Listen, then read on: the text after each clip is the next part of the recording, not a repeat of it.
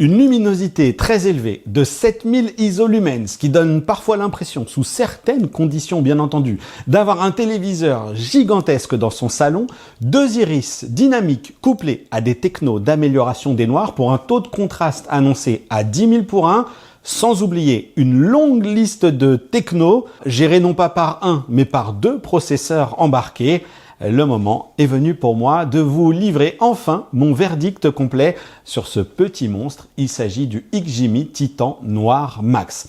Et alors, si je voulais la faire courte, il me suffirait de vous dire que sur le papier, vous l'avez peut-être compris, mais ce modèle-ci s'annonce comme étant l'un des meilleurs vidéoprojecteurs triple laser RGB de sa catégorie et pour 2026. Attention, il y a quelques modèles concurrents qui doivent encore arriver. Mais il y a quand même quelques soucis de jeunesse qui demandent ici à être améliorés, et je vais vous en parler dans cette vidéo. Si vous ne me suivez pas, si vous n'avez pas vu les posts que j'ai pu faire sur mes réseaux sociaux, les shorts ou sur le Discord, je vais y revenir ici. Et d'ailleurs, pour en avoir discuté avec le constructeur, eh bien, promesse est faite que ceux-ci seront corrigés à une échéance assez courte. Et d'ailleurs, je vous affiche les prochains correctifs qui sont annoncés d'ores et déjà par XGIMI, qui m'ont été partagés comme faisant partie de la prochaine mise à jour. Bref, bienvenue donc dans ce test complet du XGIMI Titan Noir Max, qui à vrai dire complète une multitude de vidéos déjà publiées sur la chaîne depuis plusieurs mois, et je vous ajouterai tous les liens dans la description. Et c'est d'ailleurs depuis tous ces mois aussi que nous avons appris les nouveaux détails de ce qui finalement est devenu une gamme, comme pour les autres produits plus grand public de chez XGIMI. Si moi j'ai reçu le XGIMI Titan Noir Max, celui-ci a 2 petits frères, le Titan Noir Pro et le Titan Noir. Le Titan Noir Pro étant le modèle intermédiaire. Au moment où j'enregistre cette vidéo, les offres Early Bird du Kickstarter sont sur le point de se terminé, mais nous sommes quand même sur un produit qui a bien cartonné puisqu'il a collecté plus de 14 millions de dollars et plus de 5300 contributeurs au moment où j'enregistre donc. Et vous seriez donc du coup en droit de vous dire ou de me dire mais pourquoi finalement tu publies ton test après la bataille? Et je ne peux pas vous donner tort, mais vous allez comprendre le pourquoi. Enfin, je vais vous expliquer tout cela dans la partie consacrée à la qualité de l'image. À moins, comme je le disais là aussi, que vous me suiviez déjà sur mes différents réseaux, alors vous avez forcément vu passer mes explications. Comme je l'ai dit, cette gamme, elle est désormais composée du Titan Noir, Titan Noir Pro et Titan Noir Max. C'est essentiellement la luminosité et le taux de contraste qui vont permettre de différencier ces modèles. C'est pourquoi je sais que certains ont été interpellés plutôt par le positionnement prix et le rapport prix-performance annoncé pour le Titan Noir Pro. Une montée en gamme sur la partie luminosité, taux de contraste qui s'accompagne naturellement d'une augmentation des tarifs. Dans la progression, donc ça démarre avec le Titan Noir, comme je l'ai dit, qui annonce 4800 ISO lumens, c'est un taux de contraste de 7000 pour 1 au maximum pour ces 2 valeurs. Le Titan Noir Pro, c'est 6000 ISO lumens et 8000 pour 1 de taux de contraste, et ce Titan Noir Max, c'est une luminosité, comme je l'ai dit en préambule, annoncée à 7000 ISO lumens et un taux de contraste maximal de 10 000 pour 1. Et dans tout ça, ce qui est assez fou, c'est que là aussi, si vous me suivez, si vous avez suivi les premières annonces chez moi ou ailleurs d'ailleurs, le Titan Noir Max nous était présenté comme un produit qui pourrait bénéficier d'une luminosité de 4000 ISO lumens avec un mode boost à 5000. Et l'histoire, elle a totalement changé. XGIMI a empilé les couches de laser RGB pour atteindre de telles valeurs donc de luminosité. Le deuxième point que j'ai déjà abordé, mais qui mérite d'être rappelé ici, car c'est justement sur ce segment de produits qui est très concurrentiel, c'est dans les détails qu'on peut prendre la mesure de ce qui peut faire la différence. Donc si XGIMI annonce atteindre un tel niveau de puissance, c'est aussi parce qu'il exploite dans sa plateforme, certes une puce Texas Instruments avec un DMD de 0,47 pouces, mais ce n'est pas celui qui est peut-être massivement adopté par la concurrence. En l'occurrence, ce n'est pas une version TRP, mais une version SST qui a été conçue pour justement mieux encaisser la chaleur et donc mieux encaisser la luminosité. Le troisième argument très fort en faveur de ce Titan Noir Max par rapport à la concurrence, là encore, et j'ai déjà commencé à l'aborder, eh bien c'est qu'il intègre donc 2 iris dynamiques, comme je l'ai dit. Alors pour ceux qui se poseraient la question de à quoi ça sert, je vais le résumer assez grossièrement ici. L'iris d'abord, c'est des lames noires qui sont montées sur une bague qui, lorsqu'elle va s'ouvrir ou se fermer, eh bien va tout simplement obstruer plus ou moins le passage de la lumière, abaisser la luminosité pour améliorer la reproduction des noirs. Et si le dispositif est déjà adopté par d'autres constructeurs, dont je vous ai aussi parlé sur la chaîne, ce qui fait ici la différence, eh bien c'est qu'on en a 2, et en plus ils sont dynamiques. Il m'avait été expliqué lorsque j'avais rencontré le papa de ce vidéoprojecteur, de ce XGIMI Titan Noir Max, il m'avait été expliqué par Murphy, de son prénom il me semble de mémoire, que l'un des iris était mis en place à la sortie du faisceau lumineux et l'autre était plutôt du côté du bloc optique. Ils peuvent être gérés déjà manuellement, donc on a une ouverture à F2, 3, 4, 5, 7, donc ça c'est les différentes valeurs d'ouverture, ou alors on peut le configurer pour qu'il fonctionne de manière dynamique, et c'est là que je disais que c'est un petit peu plus rare. C'est le vidéoprojecteur qui, en fonction de la scène, va lui ajuster ses paramètres de manière dynamique, donc comme son nom l'indique.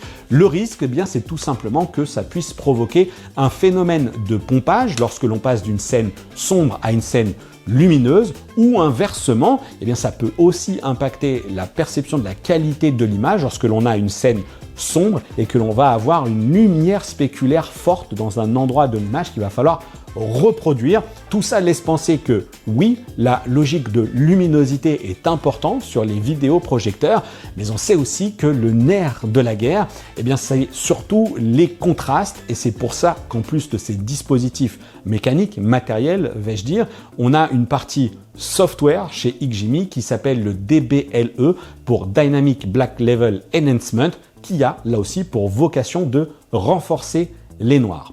Dernière petite chose concernant l'iris et dernier regret aussi quelque part pour moi, eh bien si vous aviez vu ma précédente vidéo sur ce Titan Noir Max, j'avais pu récupérer auprès de Murphy les valeurs qui étaient associées entre l'iris qui du coup offre une puissance lumineuse et un taux de contraste, mais forcément plus on referme l'iris, plus on augmente les contrastes, mais plus on réduit aussi la luminosité. Et en fonction des valeurs d'ouverture, j'avais récupéré la valeur de luminosité et la valeur de contraste. C'est une précision que j'apporte ici car nous ne sommes pas sur la même logique de fonctionnement qu'un téléviseur où certains modèles vont même être capables de puiser l'énergie électrique d'une zone du téléviseur qui n'est pas utilisée et donc éteinte pour la rediriger vers une zone lumineuse pour produire les spéculaires les plus éclatantes. Ici, ça ne fonctionne pas comme ça. Plus on réduit le faisceau lumineux, plus on augmente les contrastes, certes, mais du coup, il ne faut pas se dire que l'on va avoir un taux de contraste permanent de 10 000 pour 1 et une luminosité permanente de 7000 ISO lumens. Ces deux paramètres, ils sont naturellement intimement liés à ce que fait l'iris. Et malheureusement, malgré mes différentes relances, eh bien, XGIMI ne m'a pas partagé les nouvelles valeurs pour cette plateforme qui désormais eh bien, compte 50 chips laser pour donc les nouvelles valeurs luminosité et contraste maximal annoncées. Pour conclure cette partie caractéristique technique avec un autre élément qui est très important parce que ça fonctionne bien, on va le voir ensemble aussi, eh bien c'est la présence non pas d'un processeur mais de deux. On a une puce Mediatek qui va gérer toutes les fonctions, qui va déjà gérer le contenu, mais XGIMI a intégré également dans ce modèle-ci le fameux X1 qui est également présent sur d'autres produits, processeur X1 qui serait développé par eux-mêmes et qui nous est annoncé comme intervenant surtout sur la gestion des contenus HDR, mais aussi sur la partie anti-RBE. Naturellement, il intervient dans la logique aussi de qualité de l'image, donc anti-RBE pour cet effet, réduction de l'effet arc-en-ciel, en plus de gérer HDR et traitement de la qualité de l'image. Ça, on va y revenir aussi, ne vous en faites pas. Tout ça, combien ça coûte? Eh bien, encore une fois, au moment où j'enregistre cette vidéo, on peut lire sur la page Kickstarter que le Titan Noir est à 2499 $, 2699 $ pour le Titan Noir Pro, et ce modèle-ci est donc à 2999 $ pour le Titan Noir Max. Vous verrez aussi sur la page de Kickstarter qu'il y a les prix équivalents en euros, et dans tous les cas, si les frais de port sont inclus, il ne faut pas oublier d'y ajouter les 20% de taxes qui s'appliquent. En revanche, on peut aussi voir actuellement sur le Kickstarter que le produit est livré avec 2 paires de lunettes 3D et une garantie de 3 ans. Si les choses ont changé depuis le tournage de cette vidéo sur la page Kickstarter, eh bien j'en suis bien désolé, car encore une fois, vous allez comprendre pourquoi j'ai temporisé. Alors, on passe maintenant à la partie ergonomie et installation du vidéoprojecteur. Et là encore, si vous me suivez, vous savez que j'ai été particulièrement conquis par ce Titan Noir Max qui, pour moi, coche vraiment toutes les cases.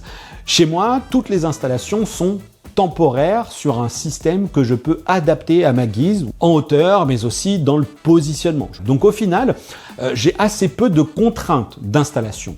Néanmoins, j'avais aussi fait des shorts où je vous montrais à quel point il était redoutable dans la partie correction automatique de son image. Et je vous partage aussi ces images qui, je pense, sont sans appel. Très sincèrement, je ne vois pas bien ce qui pourrait vous empêcher de vous faire une installation au cordeau, mais il y a peut-être un truc qui m'échappe. Il y a même de la gestion dans les menus de l'appareil pour éviter les obstacles devant lui, etc. Bon, voilà. On a donc sur Titan Noir Max d'abord un zoom optique 2x qui permet de passer d'un ratio de projection de 0,98 à 2 pour 1.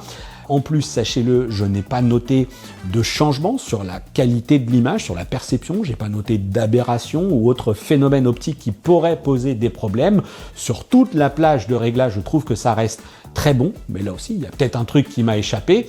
Et dans l'ensemble, d'ailleurs, j'insiste, mais la partie optique de ce projecteur, alors attention, elle est différente sur ce Titan Noir Max par rapport à un Titan Noir. C'est un point sur lequel il faut également préciser, mais je la trouve plutôt de bonne qualité avec un joli piqué. Et c'est vrai qu'on a parfois des optiques qui sont un petit peu plus molles, mais pour autant, de tous les tests assez récents que j'ai pu faire, j'ai pas noté de réels problème optique sur les produits, mais ici c'est peut-être un cran au-dessus de ce que j'ai pu avoir par le passé, à suivre sur la concurrence en 2026. Sans oublier que, bien entendu, à tout cela s'ajoutent les fonctionnalités logicielles pour la correction du trapèze, et on a l'ajustement du focus. Alors ajustement du focus qui est grandement utilisé de façon automatique. Dès qu'on le bouge, il détecte qu'il y a un truc qui s'est passé, il va réajuster son autofocus, mais si jamais vous avez un souci, vous procédez tout simplement au focus manuel, et on a en plus la possibilité de créer des mémoires également du bloc optique. Ça, je ne sais pas si c'est d'ores et déjà disponible ou si ça va arriver par le biais d'une mise à jour, mais c'est en tout cas une des promesses de XGIMI, mais moi, je n'ai pas eu besoin de l'utiliser, je n'ai pas de changement de ratio, de projection, etc. Maintenant, je vous propose de jeter un petit coup d'œil au design et plus particulièrement à la forme des pieds. Alors sachez que ceux-ci peuvent évidemment être très facilement démontés. Les 4 pieds, on peut enlever toute la structure en dévissant les 4 vis à tête hexagonale qui sont sous le produit. On aura alors un anthrax de 130 par 305 mm environ pour fixer ce vidéoprojecteur tête en bas au plafond à une potence.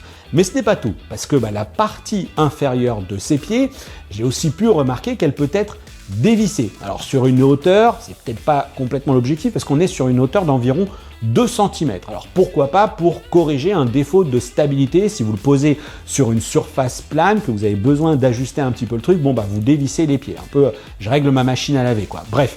Mais ce truc-là, je pense que c'est assez anecdotique parce qu'on a de tels réglages déjà dans les fonctions logicielles et matérielles que je me dis, je suis pas sûr que ce soit vraiment impactant. Mais pourquoi pas, c'est là, on prend.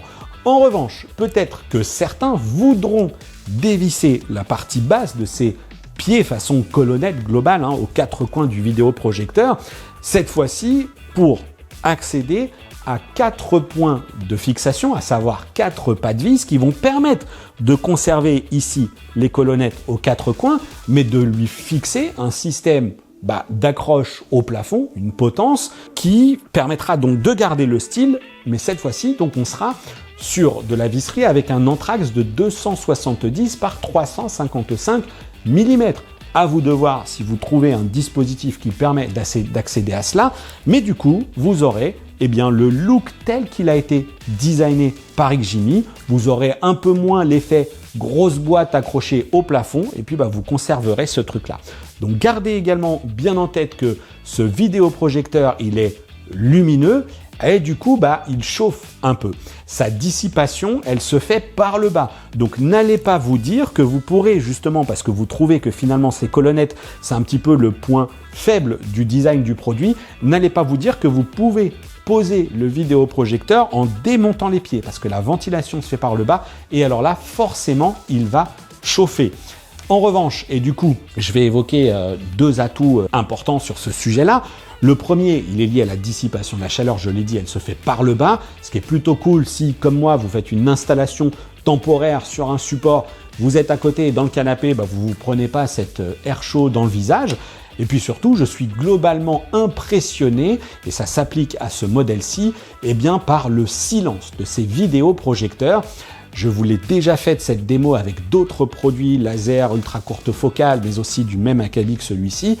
Et je suis impressionné par le silence. Regardez, je vais détacher le micro et je vais volontairement aller le mettre juste là, vraiment à la sortie de la ventilation au bas du Projo. Voyez, vous entendez peut-être un léger bzzz, mais moi, là, il faut que je fasse le silence absolu. Il faut que je fasse le silence absolu pour l'entendre. Voilà, donc bien entendu que la moindre piste audio de votre programme, film, série, peu importe, parce qu'avec du triple laser RGB qui tient 30 000 heures, on peut regarder ces programmes télé quels qu'ils soient, ça remplace vraiment une télé, à condition d'adapter le cadre, bien entendu, vous le savez. Voilà, donc c'est vraiment un gros point fort que ce silence. Allez, ensuite, on passe très rapidement à l'arrière du produit. On va aller assez vite parce qu'on va se dire que dans l'ordre de droite à gauche, on trouve le bouton de mise en marche et d'extinction, un port Ethernet Gigabit, une prise audio mini jack, 3 HDMI, dont un port eARC, un port USB 3 et un port USB 2, sortie optique et la prise d'alimentation, ce qui va me permettre d'ouvrir une nouvelle parenthèse sur ce bloc d'alimentation qui est vraiment imposant. Il pèse un peu plus de 1,2 kg et la partie transfo en elle-même mesure quand même 20 cm de long, 9,5 cm de large et 4 cm de hauteur environ. Au total, on est sur une longueur de câble de 2,80 m. Sachez aussi que ce bloc, il fait 54 volts 6,67 ampères, soit 360 watts. Et oui, ça envoie de la luminosité, mais ça consomme aussi. Et puis, dernière chose, pour conclure sur cette partie ergonomie, il y a la télécommande qui est, elle, partiellement rétro-éclairée. Donc, c'est plutôt une bonne nouvelle. C'est vrai que j'aurais aimé que toutes les touches soient rétro-éclairées. Il manque par exemple celle du volume qui ne sont pas rétro-éclairées. Je trouve que c'est un petit peu dommage. Volume qui donne accès d'ailleurs à un système audio qui n'est clairement pas de mauvaise qualité. Au contraire, il a plutôt de la ressource. Bon, il n'est pas du tout spatial, mais c'est comme ça. Et donc, une télécommande partiellement rétro-éclairée, mais surtout, on n'a pas de touche de raccourci vers des applications de streaming, par exemple, puisque, si vous avez suivi, là aussi vous le savez, mais nous sommes là sur un vidéoprojecteur dépourvu de système d'exploitation au sens Smart TV, Smart OS, type Google TV, WebOS et autres, ou Tizen OS. On est là sur du pur développement Ximi. Certains y verront peut-être un problème en se disant « Ah, c'est chiant ».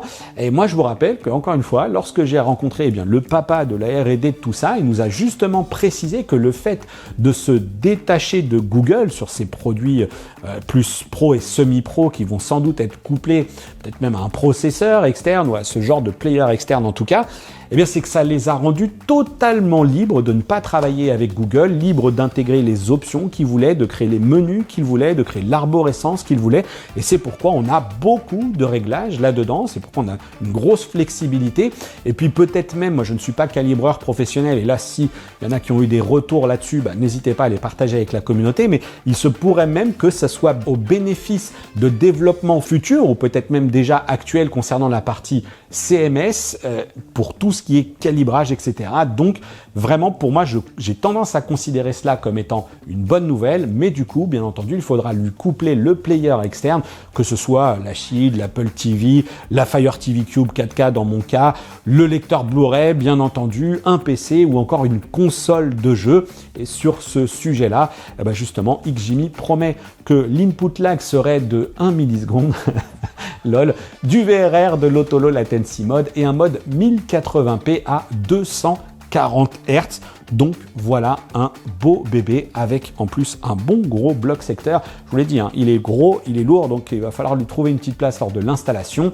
Tout ça pour vous dire que, encore une fois, on va être dans une longue vidéo avec plein d'images, plein d'images qui, je l'espère sincèrement, vous permettront et vous permettent d'ores et déjà de vous faire une idée la plus précise possible sur les qualités techniques, esthétiques et de conception de ce produit. Reste que, tout ça c'est bien beau, on a déjà une belle petite mise en bouche, mais maintenant il va falloir apprécier le plus important, à savoir la partie qualité de l'image. Et c'est donc maintenant que vous allez découvrir ou redécouvrir les raisons, l'origine pour laquelle, l'explication originale même devrais-je dire, qui explique le retard considérable de la publication de cette vidéo. Et je m'en excuse parce que je pense que je le referai plus, je ne me relancerai plus dans une telle attente. Non seulement parce que je suis le premier pénalisé par ce type de retard, parce que d'autres sortent leurs vidéos, alors que j'étais parmi les premiers à avoir reçu le vidéoprojecteur, donc c'est regrettable d'avoir temporisé. Ça a été très frustrant pour moi aussi de ne pas pouvoir vous alimenter de mes retours tout au long de ce temps passé avec la bête. C'est pourquoi il est important peut-être aussi pour vous de nous rejoindre sur le Discord, parce que c'est là que parfois je peux faire passer certaines informations, en plus des shorts bien entendu, mais donc voilà, donc n'hésitez pas à nous rejoindre. Et puis vous verrez aussi, je le précise, dans cette vidéo, ça a été également le cas, je l'ai déjà fait dans une autre vidéo sur la chaîne, vous allez avoir différentes images d'illustration qui vont notamment faire appel à 2 toiles différentes. Depuis tout à l'heure, vous avez derrière moi une toile blanc mat qui a pour avantage, c'est une toile de chez Valerion qui m'a été envoyée, qui a pour avantage de réduire les risques de speckle, et ça fonctionne plutôt bien. Et vous aurez également des images d'une autre toile qui cette fois-ci m'a été envoyée par WooPro. En discutant avec eux, ils m'ont envoyé une toile soft grey, donc qualifions ça par gris doux, mais qui fait déjà partie de l'univers des toiles techniques. Elle a des micro-paillettes à l'intérieur. En revanche, elle est là pour justement, grâce à cette conception, améliorer la perception des contrastes, améliorer également la perception de la luminosité par le biais de ces petits matériaux qui sont à l'intérieur de la toile, annuler également peut-être un peu les phénomènes de lumière parasite que l'on pourrait avoir lorsqu'on regarde notamment la télé avec une petite lumière d'appoint ou un volet peut-être entrouvert. À l'inverse, le phénomène justement provoqué par ces petites paillettes pourrait ne pas convenir à tout le monde, parce qu'il y a par moments quand même où il se voit plutôt pas mal, faut peut-être être assez loin, bref. On passe de toute façon, comme d'habitude, aux explications, à mon analyse sur cette partie qualité de l'image. Mais pour cela, là aussi, comme d'habitude, on passe en voix off. Petite précision importante, je vous rappelle que si vous avez l'impression que l'image est rose, en réalité, il n'en est rien. Il s'agit bien d'une dérive provoquée par la captation, malgré les réglages manuels que j'ai définis au mieux en filmant en log, notamment parmi d'autres réglages. Par ailleurs, avant d'attaquer sur la pure partie qualité de l'image, c'est donc dans ce chapitre que je vous partage mes quelques contrariétés concernant le vidéoprojecteur. En effet, sur mon modèle de test, j'ai assez rapidement identifié des soucis intimement liés à la combinaison de la techno anti-RBE et de la gestion des iris. Je passerai rapidement sur le premier point car celui-ci semble être limité à mon modèle de test, puisque j'ai pu contacter un confrère qui testait lui aussi de son côté le XGIMI Titan Noir Max et il n'avait pas de soucis. En l'occurrence, lorsque j'utilisais les réglages de l'iris en mode manuel à F5 ou F7, cela ne s'appliquait pas en dessous, je pouvais noter un problème d'affichage provoquant des traits à l'image dans les contours. Un défaut qui devient vraiment très moche sitôt que j'active l'anti-RBE. Là, ce n'est plus du tout exploitable, mais encore une fois, mon confrère n'a pas réussi à reproduire ce défaut. Défaut qui n'aura pas été corrigé par le firmware transmis par XGIMI, pas plus que le second souci qui, lui, semble cette fois-ci concerner plus de modèles. Le modèle de mon confrère comme d'autres puisque les forums semblent remonter ce souci. En l'occurrence, il est question de dithering ou plutôt d'une mauvaise gestion de celui-ci qui provoque un bruit numérique aux allures de fourmillement de couleurs RGB qu'on peut très facilement percevoir dans les zones sombres ou de faible luminosité à l'image. Le hic, c'est que c'est visible même lorsque l'on est installé à plusieurs mètres de la toile. Ce défaut est visible aussi bien d'ailleurs avec une source de mauvaise qualité qu'avec une source Ultra HD très qualitative. Rien n'y fait.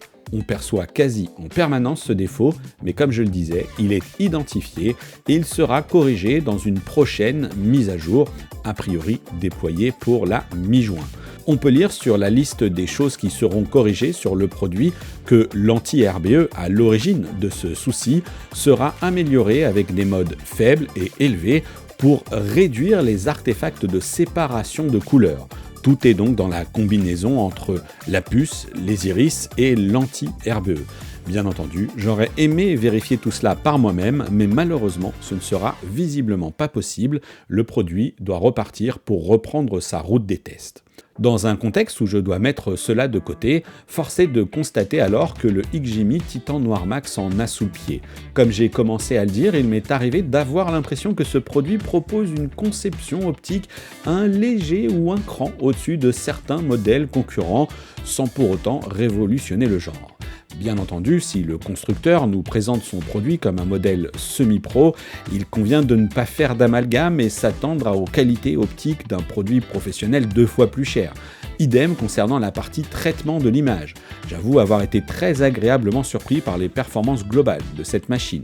La puce MT9681 est à considérer comme le cerveau du vidéoprojecteur. C'est ce SoC, plutôt haut de gamme d'ailleurs, de chez Mediatek, qui va gérer les fonctions du produit, décoder les flux audio, vidéo, Dolby Vision, IMAX Enhance, HDR10, HDR10+, et c'est aussi cette puce qui intervient pour le gaming, j'y reviendrai. Et puis nous avons le X1 ou XGMI X-Vision. C'est un processeur d'image optimisé par la firme pour gérer la qualité vidéo en temps réel. Il va notamment gérer la technologie DBLE, la température des couleurs, le Dynamic Tone Mapping pour les contenus HDR, ainsi que la compensation de mouvement et l'anti-RBE. Pour résumer, le processeur X1, c'est un peu le directeur artistique à bord de ce XGMI Titan Noir Max. Et selon moi, ça fonctionne bien, et parfois même très très bien, dans un contexte rapporté à cette gamme de produits. J'imagine là encore qu'un vrai processeur type Lumagen ou MadVR offre un résultat différent, mais à quel prix? Et pour quelle configuration et facilité d'utilisation aussi? Ici, les menus se rapprochent de ce qui existe déjà sur les téléviseurs, et du coup, si jamais vous n'appréciez pas le rendu cinéma 24p, vous pourrez vous rendre dans les menus MEMC pour corriger cette logique de fluidité de l'image. Enfin, corriger, c'est un bien grand mot, apporter de la fluidité, c'est un critère qui vous revient sur l'appréciation, mais attention, le processeur est tellement efficace que vous pourrez en effet provoquer cet effet caméscope. Je ne suis pas sûr que ce soit franchement souhaitable. En tout cas, les boucles de test disponibles sur le Blu-ray de Spears Edmund Seal montrent que la puce fait un travail assez remarquable. Concernant le phénomène de speckle, je dois vous avouer qu'installer le Titan Noir Max dans le salon m'a instantanément motivé à me débarrasser de mon ancienne toile pour la remplacer par la toile blanc mat envoyée par Valerion. En effet, le phénomène de speckle était vraiment très présent, sans doute d'ailleurs amplifié par rapport à ce que j'avais déjà testé en raison de la puissance lumineuse disponible ici. Alors vous pourrez toujours faire différents tests d'installation concernant la hauteur, l'inclinaison du produit pour réduire au maximum ce phénomène de perturbation lumineuse lié à la projection, mais dans mon cas, la toile blanche mat était la meilleure option. Toutefois, je trouve que celle-ci en particulier n'est pas géniale pour autant, sa surface semi-opaque en partie haute au lieu d'être noire n'est pas favorable, je trouve, à une reproduction de qualité, mais je vous parle de tout cela dans ma vidéo de comparaison entre cette toile blanche et la toile gris mat envoyée par Wupro.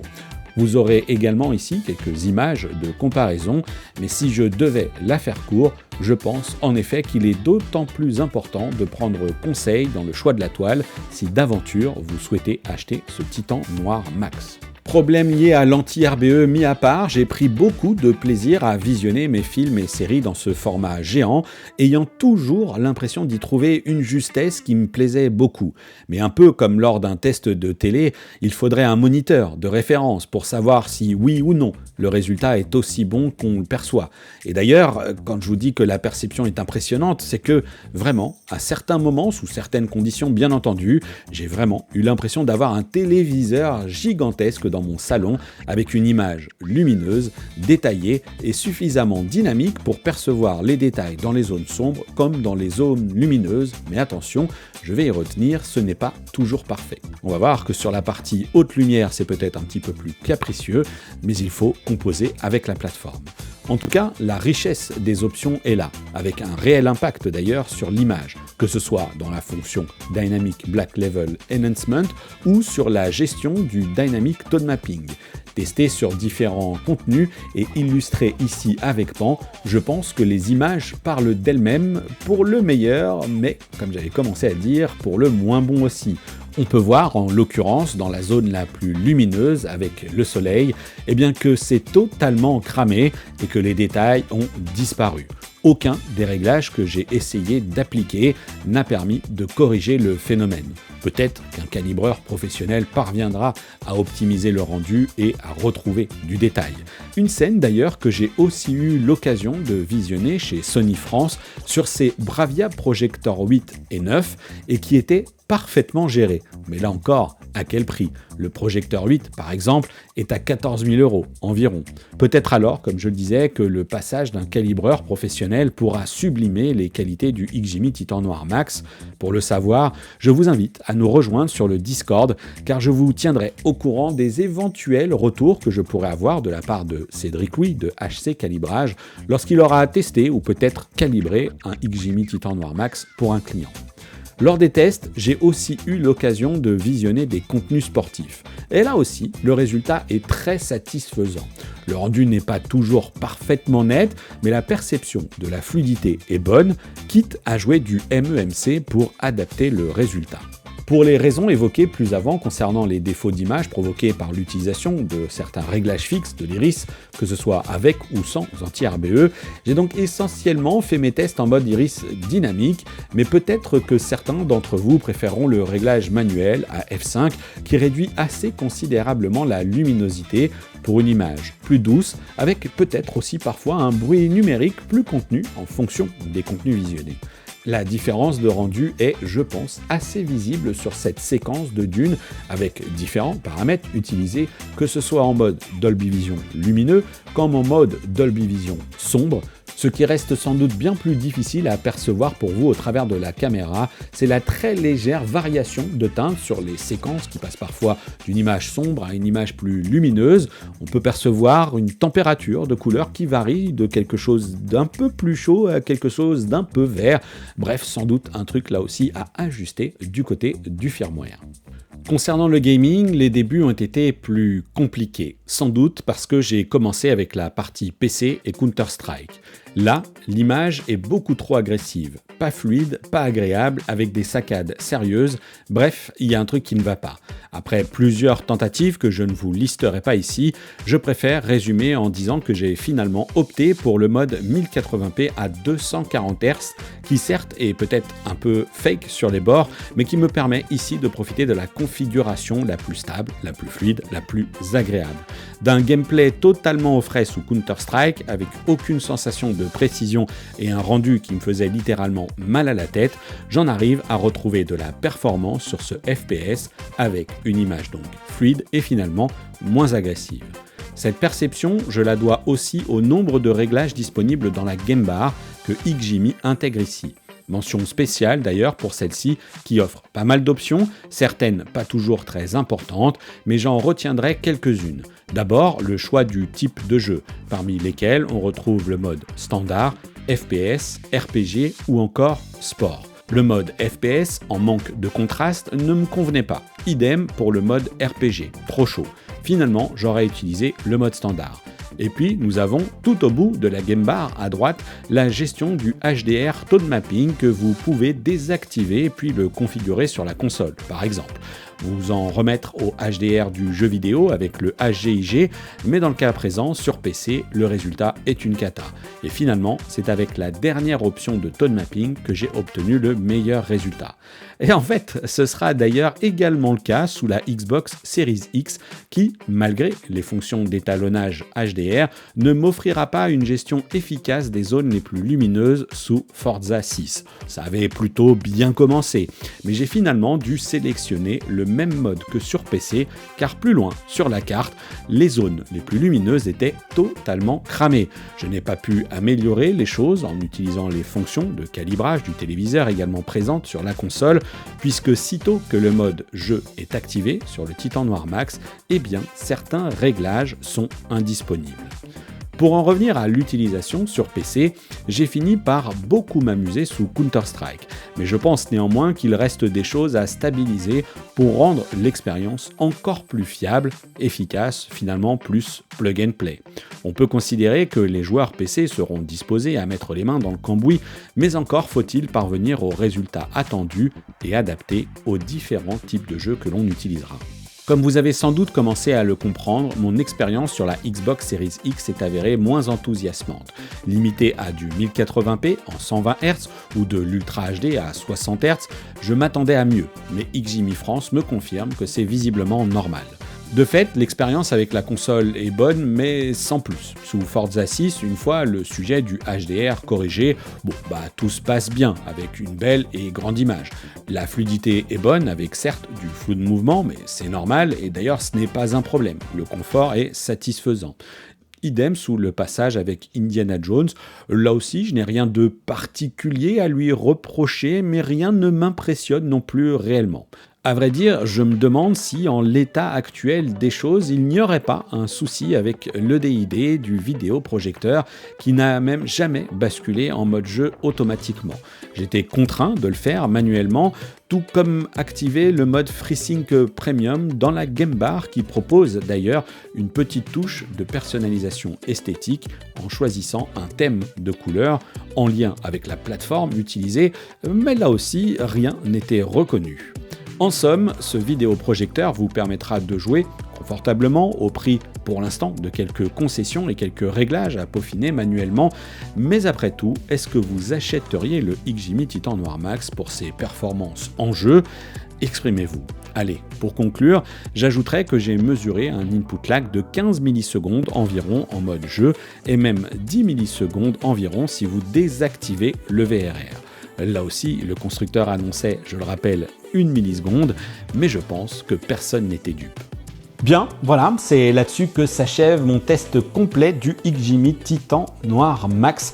Maintenant, c'est à vous de jouer dans l'espace commentaire ou via le QR code. Venez me voir sur les réseaux sociaux, sur le groupe de discussion Discord. C'est notamment là que vous auriez pu suivre un petit peu l'évolution de ce que je pensais de ce produit. Et je le regrette vraiment, je suis désolé d'avoir mis autant de temps à publier. Encore une fois, je suis le premier pénalisé par cette situation et désormais, j'espère que vous avez autant d'images que vous le souhaitiez, autant d'informations que vous le souhaitiez, autant d'éléments sur la partie technique, design, est-ce que ça vaut le coup ou non d'investir ?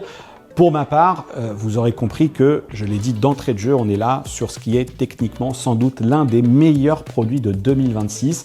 Luminosité, contraste, qualité du bloc optique. Naturellement, c'est challengé de très près par des produits Max d'autres références et des produits également à venir. Des produits qui, pour le coup, eux, par exemple, embarquent des systèmes d'exploitation. Vous irez voir d'autres tests sur la chaîne si vous le souhaitez. D'ailleurs, ils devraient s'afficher en fin de cette vidéo. Donc, on a quelque chose ici de très prometteur. Et puis, on a aussi la partie processeur et coprocesseur qui vraiment permettent de se faire plaisir, d'aller chercher le petit réglage qui va bien. C'est pas du fake. J'ai vraiment pu aller chercher la bonne compensation de mouvement si je le souhaitais. Mais en règle générale, en restant en faible ou moyen, vraiment, je ne suis pas allé au-delà. Donc, j'ai toujours obtenu des résultats qui m'ont satisfait, hormis ces défauts que j'aurais voulu voir corriger parce que je suis plutôt de ceux qui croient ce qu'ils voient et en l'occurrence, eh bien, on m'avait dit qu'un nouveau firmware devait être déployé et en date du 8 juin, je n'ai toujours rien reçu, mais pour ma part, il fallait avancer désormais sur ce rendu, sur cette réalisation de la vidéo, surtout que le produit il est attendu et il doit repartir. Et je vous invite maintenant, comme d'habitude, eh bien, à réagir dans l'espace commentaire. Vous avez le QR code qui s'affiche pour me rejoindre sur mes différents réseaux sociaux, nous rejoindre aussi sur le Discord. Tout ça, c'est aussi dans la description. Il y a des chances que dans la description, vous retrouviez aussi un lien ou deux d'affiliation. Il faut encore que je regarde ce qui était possible de faire. Si jamais vous souhaitez utiliser ces liens d'affiliation, eh bien, c'est tout simplement la possibilité de me soutenir en me reversant une partie du montant de votre achat. C'est quelques pourcentages, ça ne vous coûte pas plus cher. Mais moi, ça permet de rétribuer le travail. Et puis, bien entendu, les discussions dans les commentaires ici sur YouTube sont également ouverts. Allez, je vous dis à très très bientôt pour une prochaine vidéo sur la chaîne. Et d'ici là, portez-vous bien. Ciao! Bon, j'aimerais bien vous dire que le Projo, il va revenir quand il aura eu sa nouvelle mise à jour. Peut-être d'une autre manière. Allez, bye bye tout le monde.